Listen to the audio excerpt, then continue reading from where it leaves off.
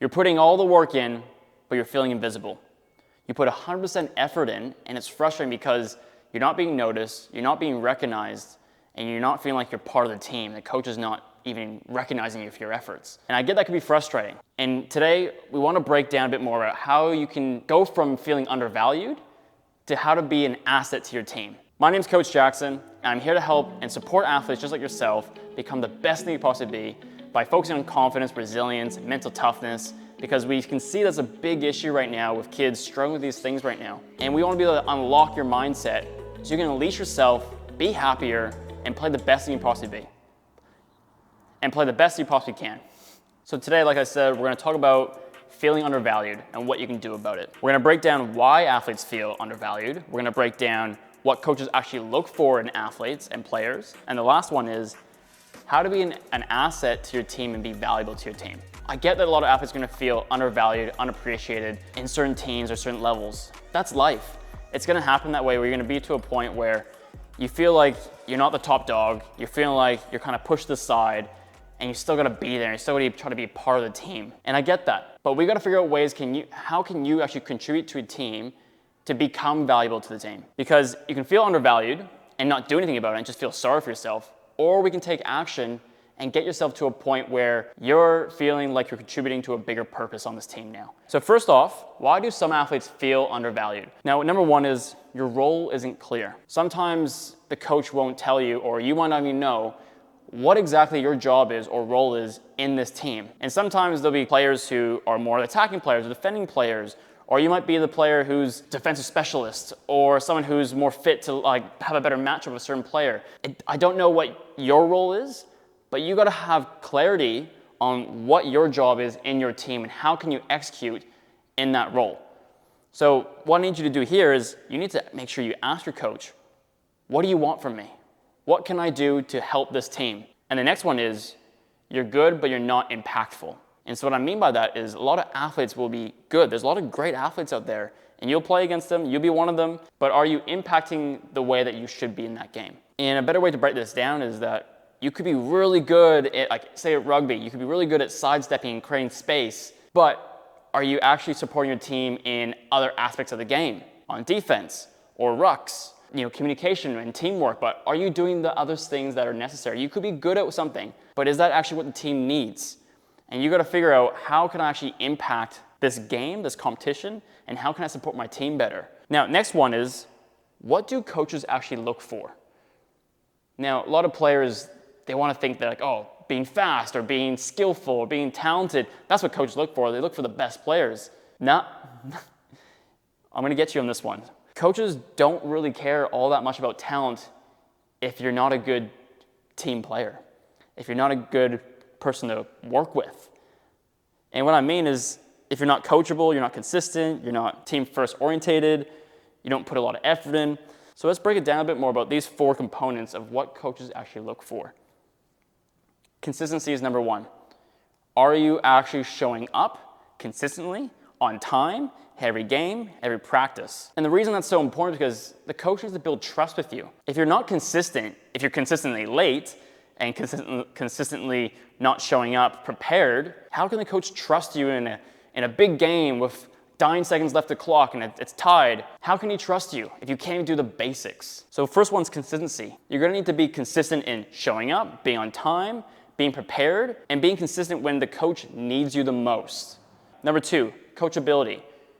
Are you actually learning what the coach is trying to teach you? If the coach is trying to create a new strategy, a new structure, teach a new skill, and you just can't seem to grasp it quickly enough, you're gonna get left behind. And that's up to you, right? You can't be constantly complaining the coach is not helping me enough. Oh, he has a whole team to help out. You gotta find ways to develop your skills and be coachable and learn quickly to be able to catch up and stay consistent with the team. So are you learning? Are you trying to make sure you stay on top of all the strategies, structures, skills, everything that you need to know? Are you paying attention in the training sessions? If you're fooling around, not focusing, you're not coachable. Why would you want to put you on the game when you can't even listen to the training sessions or listen to the skills he's trying to teach you? Number 3, effort. Are you doing what is necessary on the effort side of it? Are you putting the work? You could be talented, but if he sees you walking across the field when he's telling you to run, if he's asking you to put 100% in and you go, that's good enough. Don't expect to have more game time then. Your effort shows that you actually care. If you care, the coach is going to put you in the game because he sees that you actually want to win. You actually want to do this for the team. If you're not putting effort in, you're being selfish about what you're putting out there to the rest of the team. You're showing that your effort doesn't really matter. You're showing that your time is more valuable. You're showing that everyone else has to work harder than you do, and you still think you get to be in the same team? No. If everyone wants to be in a team, you have to put the same amount of effort in or more. Next one, team first mentality. Are you there for the team, or are you there for yourself? Are you there to get your own stats, get the result? Are you using this team to just, I want to use this team so I can go to the Queensland team or the rep team or whatever? Are you doing this for your own benefit, or are you doing it for the actual team? If I'm coaching a team and I see a player who's just out for themselves, I couldn't care less. You're seeing the sideline, straight up. Because I can tell that you're not willing to do what it takes to actually win the game for us. You're just in it for yourself. Now, if you actually want to win, because it's a team sport, you have to be focusing on how can I help my team win? And that's going to be more important than how many points you get, how much time you get on the field or court or whatever. It's more about what can I do to help this team? Last one, how to be an asset to your team. There's going to be 3 we're going to talk about today.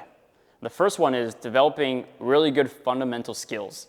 A lot of players think, oh, I'm way past that now. I don't need to even care about the basics anymore. In reality, the highest level athletes are still doing the drills you're doing today. For example, Kobe Bryant, when he does his training, he's doing the same basic shots over and over and over again. He's practicing his footwork. He's practicing his release. He's doing the same basic stuff repeated over and over and over again. If you think you're too good to do the basics and practice the basics, don't expect to be in a game, be able to execute at a high level then. You don't rise to the occasion, you fall to the level of your training. If you're not doing the basics really well, how can a coach trust you to play in a game, a big game? Number 2 is, are you showing to practice with intention of getting better? Are you showing to practice to be social or just have fun? Depends on what kind of team environment you're in. But if you want to be an actual asset to your team to win, you have to work hard. You have to put intensity. You have to put intent in what you're doing to get the result out of it. Practice and training sessions should be used as an opportunity to learn and grow and get better and challenge yourself. But if you're going to practice fooling around, not trying your hardest, don't expect the coach to feel like, oh yeah, I want to put you in the game. Number 3, and our last one, is focusing on self-improvement. Are you doing everything necessary to be better? Are you just going to training sessions and that's the bare minimum? Or are you doing stuff outside of that as well? Are you going on your own to do more practice, more skills, more speed work, more conditioning, whatever? Are you doing anything else outside of training to benefit the team? It's not just for you. When you do extra stuff outside of training, it's not just for you. It's for your team. It's for your coach. If you do those things as well, the coach is going to say, this player wants it really badly. I got to put him in the game. Now, a bonus part to this segment, we're going to add number 4, but it's not on the board here. It's about communication. What are you vocalizing to your coach and team? When you are feeling upset about the lack of game time you might be getting, what question are you asking the coach? Are you asking, hey coach, when am I going to get put in? Coach, why aren't I being put in? If you're asking those questions, the coach can see clearly that you just care about yourself. But what if you asked, hey coach, what can I do to help the team? That to me says a lot more about what your intentions are. It's not about you, it's about the team. So when you're asking, what can I do to help the team? It's very obvious that you're team orientated.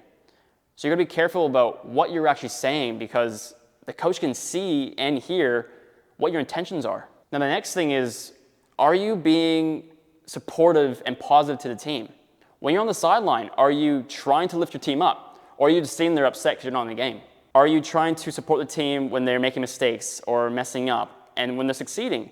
Because the way you hold yourself on and off the field or court, or whether you're in the game or not in the game, says a lot about what you want for this team. Is it about you or is it about the team? For about feeling undervalued. It's sometimes going to happen, and that's life. You're going to feel like you're not fully appreciated. But what can you do about it? What can you do to get yourself to a point where you're valuable and the team needs you and wants you? You can't control the external things like the coach's recognition or praise or teammate support. You can't control what people think or do. You can only control your own effort, your own attitude, and your own growth. So I hope today you learned something and got something out of it. If you really enjoyed what we did and what we talked about, make sure to leave a comment, make sure to like, make sure to subscribe, because it goes a long way in helping us support us to actually grow this channel and spread a message across to help more athletes just like you. Because more athletes who are hardworking, confident, happy, more resilient, it makes a better world. But it starts with you. So if you enjoyed the video, please do those things, help us out, support us, and we'll see you in the next one.